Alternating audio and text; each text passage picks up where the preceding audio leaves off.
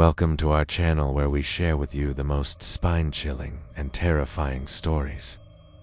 Make sure to subscribe for more videos. Today's story is called Dark Secrets of the Countryside. Part 1. Scarecrow Monster. The sun was setting over the horizon, painting the sky in hues of orange and purple as I made my way through the deserted streets of our small town. It had been one of those days, the kind where every little shadow seemed to loom larger than life, and every creak of the old houses sounded like a whispered threat. I could feel the tension coiling in my chest, tightening its grip with every step I took. I just wanted to get home, to lock myself in my room and pull the curtains against the world. But fate, it seemed, had other plans for me. As I rounded the corner onto Elm Street, I heard it, a low, guttural laugh that echoed through the stillness of the evening. The laugh of a madman. My heart started pounding against my ribs like a trapped bird, and I broke into a run, desperate to put as much distance between myself and that sound as possible. I could feel the eyes of the town boring into my back, heavy with judgment and years of unspoken secrets. This place, this town, held its breath, waiting for something, or perhaps someone, to break the silence. I didn't dare look back. I couldn't. The image of that twisted grin, the glint of madness in its eyes, was burned into the back of my eyelids. I stumbled out of the town, into the countryside, the last vestiges of daylight slipping away with each passing moment. The moon, a pale sliver in the inky sky, offered little comfort. I kept running, the sound of my own ragged breathing filling my ears, drowning out the whispers of the wind through the trees. They were trying to warn me, I'm sure of it, but their words were lost in the cacophony of my fear. Then I saw it, an abandoned barn, its silhouette a jagged scar against the darkening sky. I hesitated, torn between the safety of the open field and the promise of shelter in the barn. With a deep breath, I chose the latter. Throwing myself against the heavy wooden doors, I pushed them open and stepped inside. The musty smell of hay and the unsettling quiet that greeted me was like a shroud, stifling, heavy, suffocating. And I saw it, perched on a rickety stool in the center of the barn. A scarecrow. Its head, if it could be called that, was a grotesque parody of a human face, stitched together with uneven lines that mocked the very notion of symmetry. Its eyes, two burning embers in the gloom, seemed to bore into my soul. And then it began to move.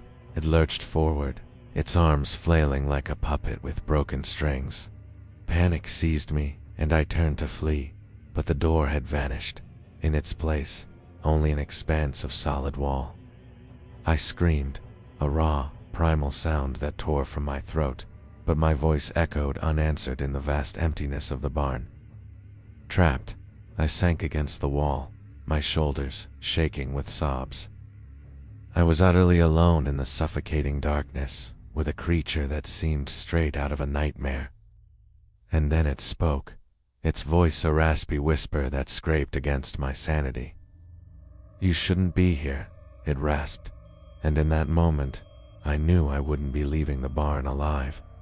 The night was young, and the scarecrow monster was just getting started. Days turned into nights, and nights back into days in a blur of terror. I became a living nightmare, trapped in a horrifying cycle of fear and despair. My tormentor, the creature of straw and sin, delighted in my suffering. Each day it would emerge from its shadowy corner, its malevolent grin plastered on its stitched-up face. It would glide toward me, its eyes burning with a cold, hard light, and taunt me. How it reveled in my terror and my utter helplessness. It told me stories of its existence, tales of ancient evils and forgotten lore that chilled me to the bone. It spoke of how it had existed for centuries, feeding on the fear of those who stumbled upon its lair. But its favorite pastime was making me relive my worst memories, the times when I had been bullied, ostracized, ridiculed. It twisted my past, molding it into a reflection of my deepest fears, showing me the pain I had endured through its mocking eyes. Sometimes it would vanish, leaving me to my own devices, only to return when I least expected it. I grew gaunt and hollow-eyed, my skin stretched tight over my bones, my hair a tangled mess, matted with dirt and despair. The constant taunting, the endless torment, it was wearing me down, chipping away at my sanity. Yet there was something else, something darker, something more sinister lurking beneath the surface of this nightmare. For as the days bled into one another, I began to notice changes in myself, horrifying changes. First, it was the hay. I started spitting up hay, dry and coarse, like straw pulled from a dead man's beard. Then my skin began to feel strange, itchy and irritated, as if 1,000 tiny insects were feasting on my flesh. When I looked in the scant water I managed to find, I saw the truth. My skin was becoming like that of a scarecrow, dry, wrinkled, and paper-thin. My fingers, they were gnarled and twisted, and my face, well, my face was a patchwork quilt of scabby sores and sunken eyes. And then the dreams began, or rather the nightmares. Every night I was visited by the scarecrow monster, and during the day, it haunted my waking moments as well. It would appear in the cracks of the walls, in the shadows cast by the single ray of sunlight piercing the gloom. It was always there, watching, waiting, taunting. What was happening to me? Was the scarecrow monster draining me, using me as some twisted vessel for its evil? Or was it simply toying with me, reveling in my pain without any ultimate goal in mind? I couldn't tell anymore. My mind, it was a battlefield, my sanity hanging by a thread. And then the final blow came, the ultimate betrayal. One night, as the monster was busy weaving tales of my own personal hell, I noticed something peculiar.